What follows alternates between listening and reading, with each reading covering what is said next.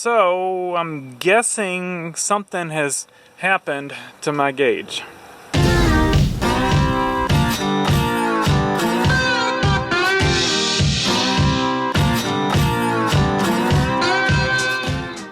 Alright, new gauge is in. It looks pretty good. I may eventually swap all the gauges out for Stuart Warner gauges, but for now, this one will work.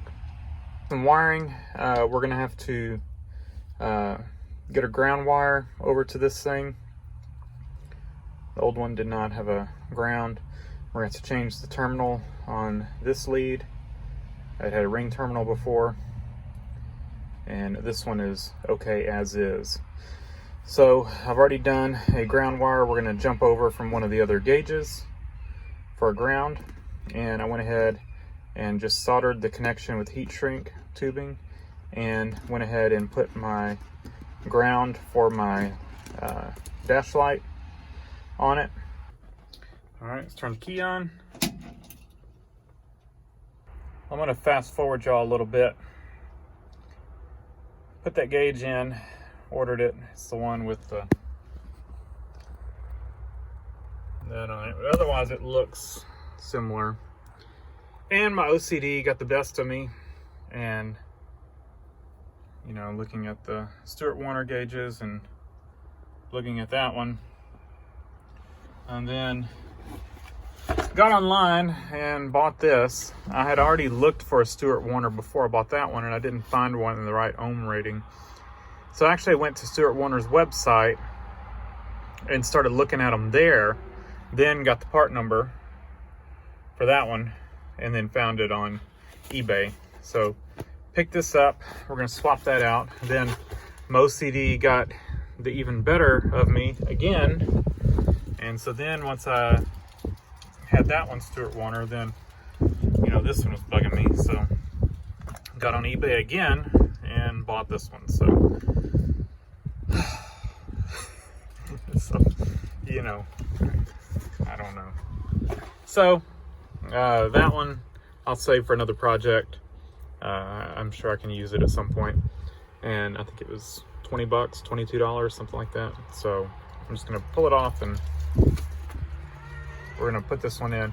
I think I'm gonna have to do some rewiring because this one had spade connectors and the original dash had spade connectors. So I've got some wiring that I did, and I'm going to need to redo that to put ring terminals on. And then I'm going to make a little jumper harness instead of cutting the factory wire because it's already a little short. I'm going to pull this off, put a male spade terminal, and just plug into this factory wire. So we're not cutting up the original harness, we're just going to plug into it. That'll go to a ring terminal. So I'm going to do that real quick. I'm just going to swap. This is I think this one was a power, and then this one was a ground. So I'm just going to swap out the connectors on these. This one had a jumper over it going to the light that I did for the gauge light. We don't need that for this one because the light goes through it grounds through the housing. So we should be good without that. We will just cut this off and put a ring terminal, and then, like I said, we'll pull this gauge out. Alright, so we've got our wires on there. I forgot that the original sending unit had this little adapter on it to go from a ring terminal to a spade terminal.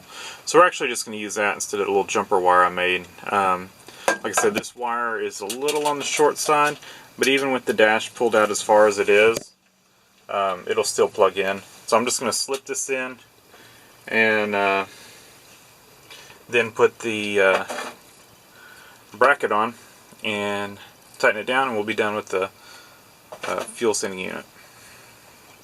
But I am going to I'm going to get it, slip it in there and hook it up and test it first. We should be somewhere between half and a quarter, if I recall, from the other gauge. Alright, there we are. We're sitting right at a quarter tank. Alright, so what I did is the original gauges that were in this truck. I don't know at what point, I don't know if they upgraded them when this thing was outfitted as a Firetruck, or if at some point in its life it was just changed out. But these original Stuart Warner, well, I assume they're original,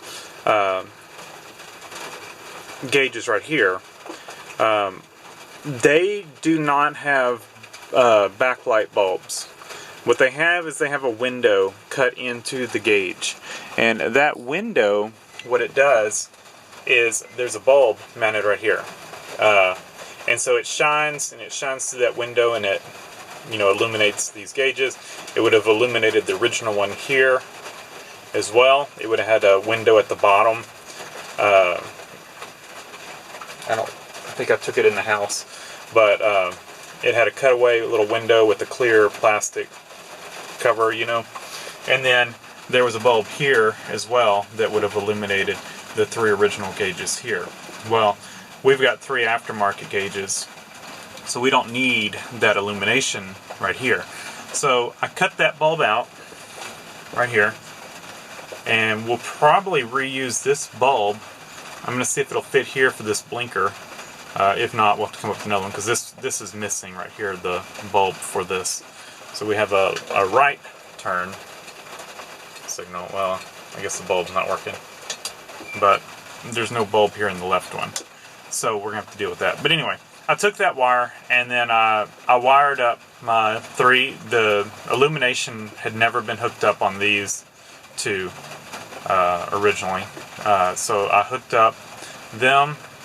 I had to find a bulb for this one, but I did find one here in the Firetruck. So use that for this one. This one already had one in it.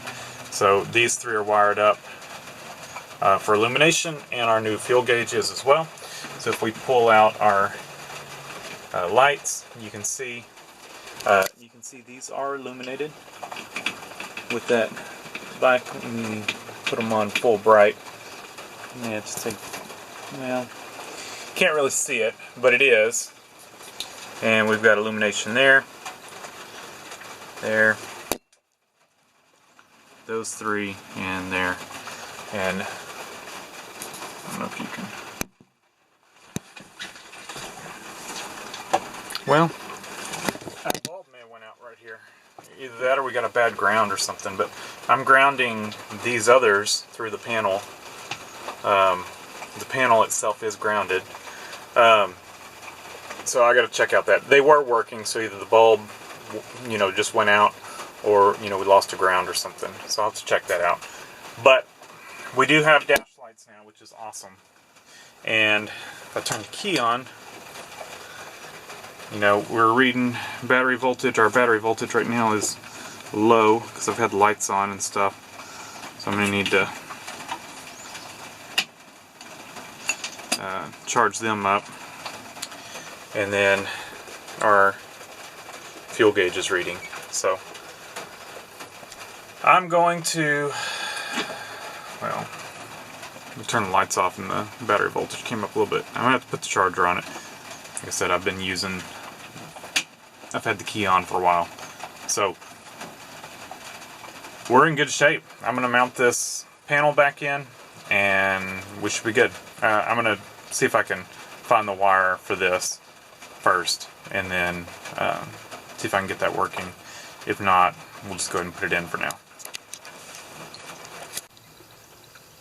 Well, you can see in the lighting here, it's getting darker, and this camera doesn't do the best in low light, but we are done, and I'm going to go put this gauge panel back in, but it was a bad ground. It's just a spring connector, or spring connector that holds the bulb into this dash panel.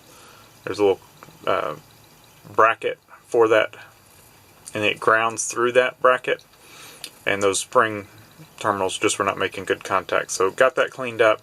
This blinker, same issue here, just had to clean that up, and had to mess with this one a little bit, and did find the bulb for, or the wire for this one actually had a spade connector on it. And so put a spade connector on that. It had a female spade connector on the wire, and I put a male spade connector on here that had a little covering on it. Put those together, and so it's shielded and everything. And so we've got a working indicator there, working indicator there, and then if we turn our lights on, we've got the bottom is illuminating, and all the other gauges are illuminating. So, and the dimmer works as well, and those are working. So awesome stuff. Turn the key on.